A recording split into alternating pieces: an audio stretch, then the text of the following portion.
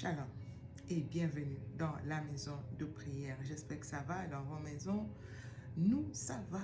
Nous sommes là en bonne santé, en forme pour la gloire du Seigneur. Alléluia. Père, nous te disons merci pour ces instants, merci pour ta parole, merci pour ton amour infini, merci pour l'œuvre de la croix, pour tout ce que tu es pour nous, pour tout ce que tu fais pour nous, Seigneur. Croître en ce moment, Seigneur, et que j'y diminue au nom puissant de Jésus de Nazareth. J'ai ainsi prié et j'ai dit Amen. Alléluia. À ceux-là qui viennent de s'abonner nouvellement sur la chaîne, je vous dis bienvenue dans la famille, bienvenue dans la maison de prière. Ici, nous prions. La Bible dit, ma maison sera appelée une maison de prière pour toutes les nations. Toi qui es le temple du Seigneur, tu es la maison de Dieu. Tu dois être un homme et une femme de prière. La prière, c'est la clé. La prière, c'est la solution. La prière répond. Dieu répond à beaucoup de choses au travers de la prière, par la prière. Alors, tu dois prier. N'abandonne pas, ne baisse pas le bras. Reste éveillé pour ta famille. Reste éveillé pour tes enfants. Reste éveillé pour ton époux, ton fiancé, pour tes collègues au travail. Reste à ton poste, à Habakkuk, à ton poste. Alléluia.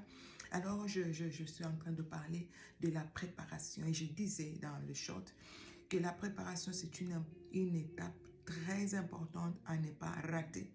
Dans la marche avec le Seigneur, dans la marche chrétienne, tu dois être préparé et puis équipé pour faire ce que tu dois faire.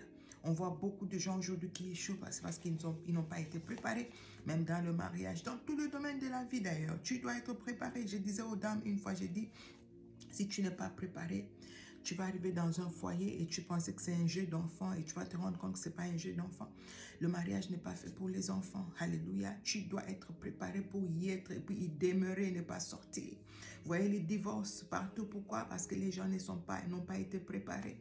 Et ils y entrent comme ça sans préparation et before you know it, c'est le divorce. Oh, alors je disais, tu dois être préparé avant de recevoir. L'onction pèse. L'onction de Dieu. Si tu n'es pas préparé, tu vas te briser. L'onction va te briser, l'onction va te détruire. Quelque chose qui est censé être une bénédiction, ça va te détruire. Pourquoi? Parce que tu n'es pas préparé. Qu'est-ce qu'on n'a pas vu? Les gens vraiment tellement loin qui se retrouvent dans les lits avec des femmes mariées, qui se retrouvent à commettre la débauche, à boire. Pourquoi? Parce qu'il n'a pas été brisé, n'a pas été préparé. Le temps de la préparation, tu dois l'accepter. Tu ne dois pas sauter cette étape. Parce que c'est pendant cette période que le Seigneur te forme, que le Seigneur te forge, que le Seigneur te change, que le Seigneur te transforme, que le Seigneur fait de toi une nouvelle créature. Dans le short, je parlais de ce garçon, comment il s'appelle? Jacob. Jacob, c'est dans le livre de, je pense, je vais lire l'histoire, Genèse 27. Jacob, la maman apprend que le papa voulait, donc normalement c'est l'aîné qui devait avoir la bénédiction. Mais comme Jacob avait la promesse de Dieu, la maman dit non, non, non, non, non, je ne veux pas que la bénédiction aille chez Ésaü, elle doit aller chez Jacob. Parce que la maman aimait Jacob. Et le papa aimait Ésaü. Le papa voulait que Ésaü, l'aîné, soit béni. Donc c'était une famille un peu bizarre. Vous les parents qui aimaient d'autres enfants plus que les autres là, c'est pas bon aussi. Alors, il a volé la bénédiction de son frère. Il n'a pas voulu aller suivre le processus de Dieu.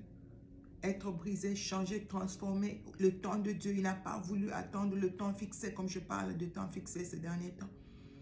Et il a volé. Mais nous voyons qu'est-ce qui est arrivé à Jacob. Il se retrouvait à fuir, il n'avait plus de paix. Il s'est enfui loin de la maison de son père parce qu'il a pris quelque chose qui n'était pas à lui. Et puis c'était à lui, mais ce n'était pas encore le moment. Dieu lui-même savait comment il allait donner cette bénédiction à Jacob. Il ne fallait pas qu'il vole parce qu'il n'était pas encore préparé. Et l'on voit cette personne qui n'était pas préparée. Il était censé diriger les nations. Il était censé être chef d'une grande famille. Il était censé. Dieu dit, oui, tu as pris ce qui est à toi, mais ce n'est pas encore le moment. Tu n'es pas encore formé. Garçon, je veux te former. Qu'est-ce que Dieu fait? Il l'envoie chez Laban, chez son oncle, le frère de sa mère. Et là, c'est lui qui était habitué à rester aux côtés de maman toute la journée. Maman prépare. Le grand frère va au champ, c'est lui qui tue les animaux, c'est lui qui ramène toujours à manger à la maison. Le papa travaille dur, le papa travaille toujours dur avec l'aîné.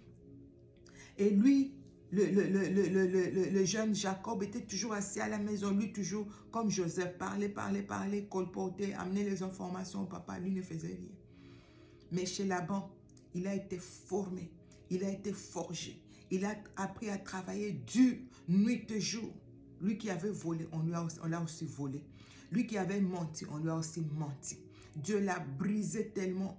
Il est sorti de chez Laban, changé, transformé, restauré. La bénédiction qu'il avait volée, il n'a pas eu la paix avec cette bénédiction. Jusqu'à ce qu'il a rencontré l'ange de l'Éternel, il a dit, je ne te laisserai pas, jusqu'à ce que tu me bénisses. Mais toi, tu es déjà béni par ton papa. Comment tu veux encore que Dieu te bénisse?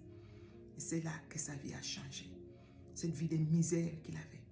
Laisse-toi former par le Seigneur. Laisse-toi être transformé. Attends le temps fixé. Ne cherche pas à faire des choses à ta façon. Même Dieu lui-même fait chair. Il est venu dans la chair. Il nous a montré qu'il faut toujours attendre. Jésus s'est préparé pendant combien d'années? 33 ans pour un ministère de 3 ans. 30 ans pour un ministère de 3 ans.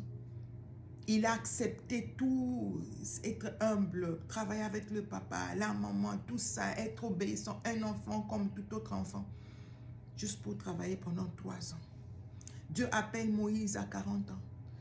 Et Moïse n'était pas encore brisé. Moïse n'était pas encore prêt. Il avait encore la colère, tout ça. Dieu dit, non, non, non, toi là, tu n'es pas encore prêt pour sortir ce grand peuple. Une personne, tu n'as pas pu, tu as tué, tu vas tuer tout le peuple. Il le jette chez le monsieur là, comment il s'appelle encore? Chez Jéthro. Il est resté là-bas pendant combien? Je pense encore 40 ans.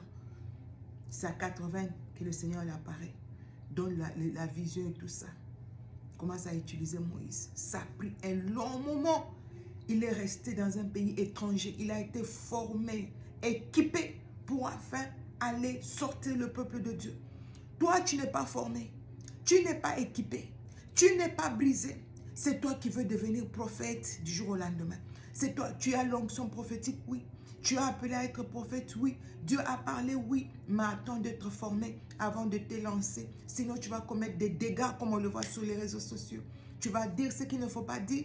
Tu vas disloquer les familles. Tu vas diviser, séparer, alors que tu es censé amener la paix. Tu vas détruire des mariages comme ça.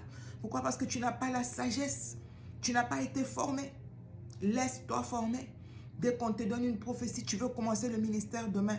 Non, non, non, ça ne se fait pas comme ça. Moïse, ou un roi, il devait diriger sur Israël. Déjà, ou un roi. Mais il se retrouve à fuir devant Saül. Pourquoi? Parce que le Seigneur n'avait pas encore fini avec lui. Dieu avait un grand peuple qui devait être dirigé par un roi sage, un roi fort, un roi patient, tolérant. C'est pourquoi il a permis à ce que David rencontre tout ce qu'il a rencontré. Il était déjà formé derrière les brebis de son père. Et Dieu le prend encore dans l'autre processus de formation encore. Déjà, ouais, avec l'onction. Mais toi, comme tu as déjà reçu l'onction, tu as déjà reçu les prophéties, tu ne veux écouter personne. Tu ne veux pas te soumettre. Humble yourself. Humilie-toi sous la main puissante de l'Éternel, afin qu'il te forme, que tu deviennes un vase d'honneur dans sa maison, que tu ne sois pas un vase de plastique. Quand on va déverser l'onction dans ce vase de plastique, ça va éclater. Si tu es un vase en or, dur, solide, tu es passé par le feu, tu es passé par le brisement, tu es passé par des challenges, tout ça. Tu es tellement mûr. L'or passe par un feu terrible. L'or qu'on admire là. Et c'est là maintenant que le Seigneur peut déverser en toi son onction. Mais si tu n'es pas encore préparé, tu prends des raccourcis. C'est pourquoi on a des scandales dans les ministères. Tout le monde sort, il commence. Il sort, micro, tam-tam, l'église commence. Non, non, non, ça ne se fait pas comme ça. Qui t'a appelé? Qu'est-ce qu'il t'a dit? Quel est le mandat qu'il t'a donné? Est-ce que tu es prêt? Esther a été préparée pendant 12 mois pour aller rencontrer le roi. 12 mois de préparation. L'église est en préparation pour aller rencontrer le roi de gloire. Es-tu prêt? Seras-tu prêt quand le roi reviendra? La fête va bientôt commencer. Est-ce que ta tenue est prête? Est-ce que ta tenue est propre? Alors, c'est par cette question que je veux clôturer cette vidéo. Si tu n'as jamais ouvert ta porte, la porte de ton cœur au roi de gloire qui est Jésus-Christ de Nazareth, en écoutant ce message, en écoutant cette vidéo, demande-toi, après ta mort, où ira ton âme?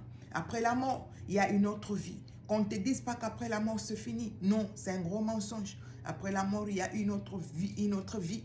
Et cette vie, la décision se prend maintenant. C'est à toi de décider avec qui, où iras-tu après la mort? En enfer, passer l'éternité avec le diable, ou au ciel, avec l'éternel. Il y a des gens qui font leur choix. Moi, je me souviens en grandissant, on avait l'une de nos locataires. Elle chantait tout le soir, elle est déjà saoule, elle revient là saoule, on lui dit, tu iras en enfer, tu ne peux pas continuer à vivre comme ça. Elle dit, hey, moi je vais aller en enfer. Là, nous serons nombreux. Le diable, on ne peut pas quand même laisser le diable lui-même là-bas. Moi, je vais aller avec lui, on va rester là-bas, on va commencer à boire, on va faire la fête tous les jours. Elle pense qu'en enfer, il y aura des fêtes tous les jours, ils vont boire tous les jours. Même le matin, quand il n'est pas sous, vous rappelez, vous posez la même question. Elle vous donne la même réponse. Elle vous dit, non, elle a fait son choix. Quel est le choix que toi tu fais aujourd'hui? Veux-tu servir le Seigneur? Si oui, ouvre la porte de ton cœur. Appelle-le dans ton cœur. Dis-lui, Seigneur, je suis fatigué de cette vie de débauche, je suis fatigué de cette vie d'alcoolisme, je suis fatigué de cette vie de cigarette, à tout moment je me détruis.